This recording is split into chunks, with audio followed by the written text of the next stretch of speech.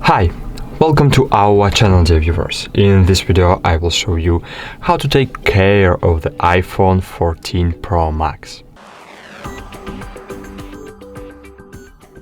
Of course, this video is not only for iPhone 14 Pro Max, it's video for every iPhone device, for every Apple device.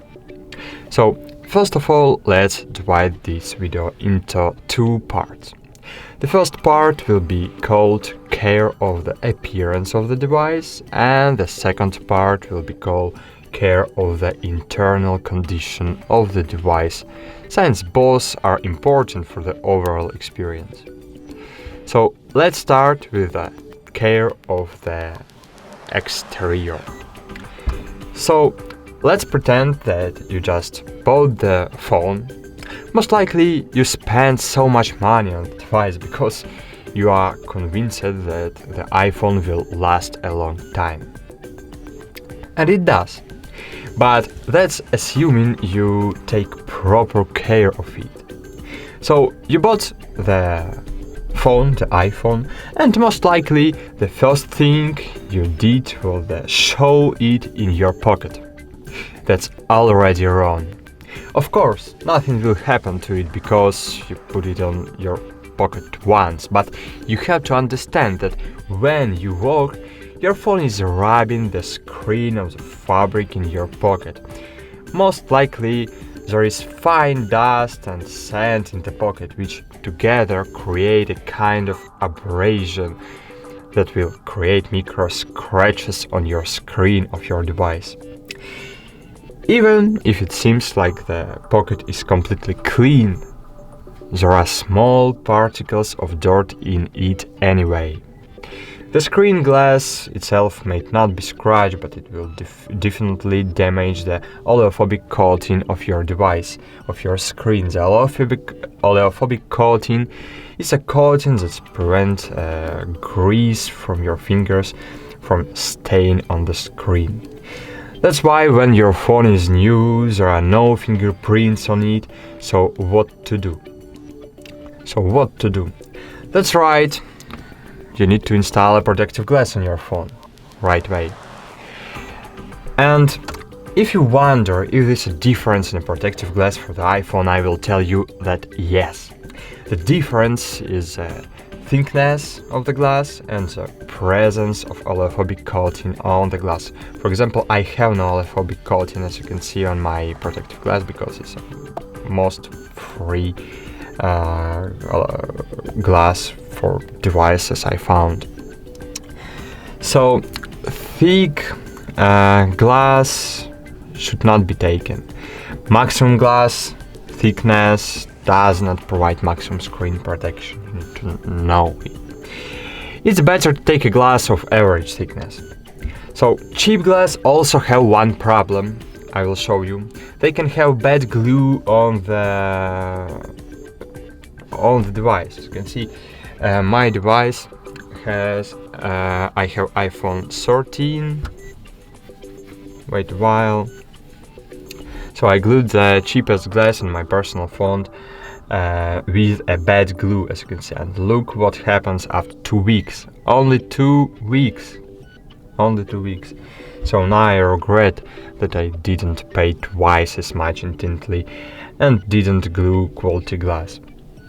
So I advise you to buy not the cheapest protective glass, as it will simply peel off over time, but it's not worth paying $50 for a glass either, okay? So without prepaying.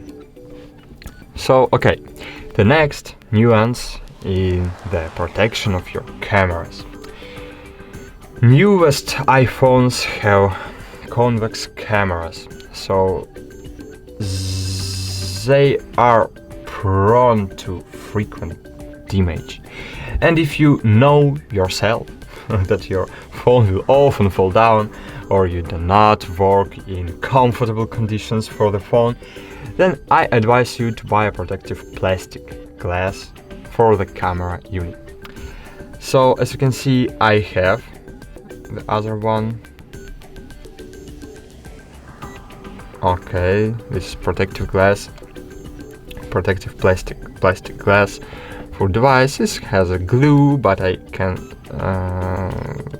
unglue it in every moment.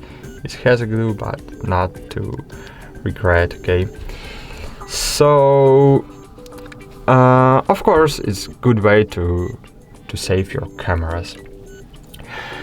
Okay, and the next nuance, the next aspect is the case. I bet that a year from now, when the new iPhone comes out, you will want to sell this iPhone and buy an iPhone 15. If you want to get the most out of selling your old phone, you need to keep it in good visual condition. To do this, you just need a case. Cases come in totally different types. For example, this case. Okay, case come in different types, but let's take a look at 3 main and most popular types. The most popular type of case is a usual transparent silicone case. This is the cheapest option and the worst. First, any transparent silicone case in the 3 months will turn yellow because dirt will get into micro scratches in the case and the silicone will absorb the paint from your hands. And your your pen, your objects around you, your grass, you will want to change the cover because it will be visually unpleasant to you. But this case has a much bigger disadvantage. It lies in the fact that the inner surface of the case is smooth. The problem is that no matter how tightly the cover is sticking to the body of the device, it will still be closed with dust from your pocket and signs the case all the time in contact with the phone. The dust will scratch your phone ever in the case. Therefore, some manufacturers of cases, such as Spigen, I have Spigen case, inside the case make a special indentation which is going to dust. Cases from Spigen really good. They are tight, durable and visually beautiful.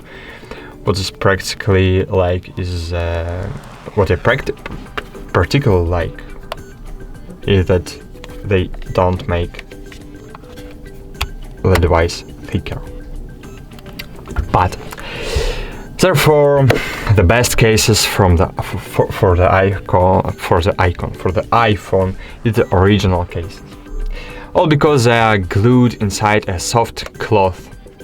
I have a silicone here, but in original cases there are soft cloths here, which makes it much harder for dust to scratch your device. And in the silicone body of the original case, I have no 2, but on the silicone body of the case there is an additional hidden plastic casting to strengthen the design. In the original case from Apple, your phone will be as protected as possible, but remember, no matter how good a case you bought, every few days it's possible you need to imperative to remove and wipe dust from your iPhone. As you can see, I have cleaned my iPhone 2 days ago and I have dust here. I have sand here, oh my gosh. And it can scratch my device and I don't want it, so I need to clean my phone every few days. So cool. At this point, the list of must-have accessories for caring for your device ends. Now, I will show you how do you keep your iPhone in a good software condition. With iPhone, it's very simple. It's very difficult for Android, but it's very simple for iPhone. You need to follow only 2 rules. Following I will show you 2 rules, following which your device will always be in good condition. First rule, try not to fill up the memory of your iPhone more than 70%. You need to understand that it's slowing down your device. One way or another, it's the amount of disk space that affects the performance of your device the most. So of course, people who have invested in a device with a lot of internal memory later encounter a slowing down of its fast action device. The thing is that in order for your device to always work fast, you should try to always leave at least 30% of the storage free. Second rule, remove unused application from time to time. One way or another, almost every application uses your RAM, even when not running.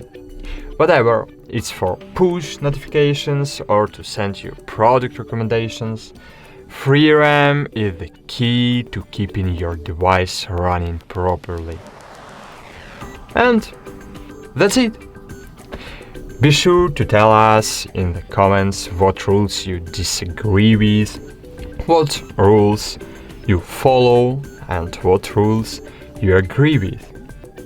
So subscribe to our channel, leave me a like, have a nice day, and bye! See you!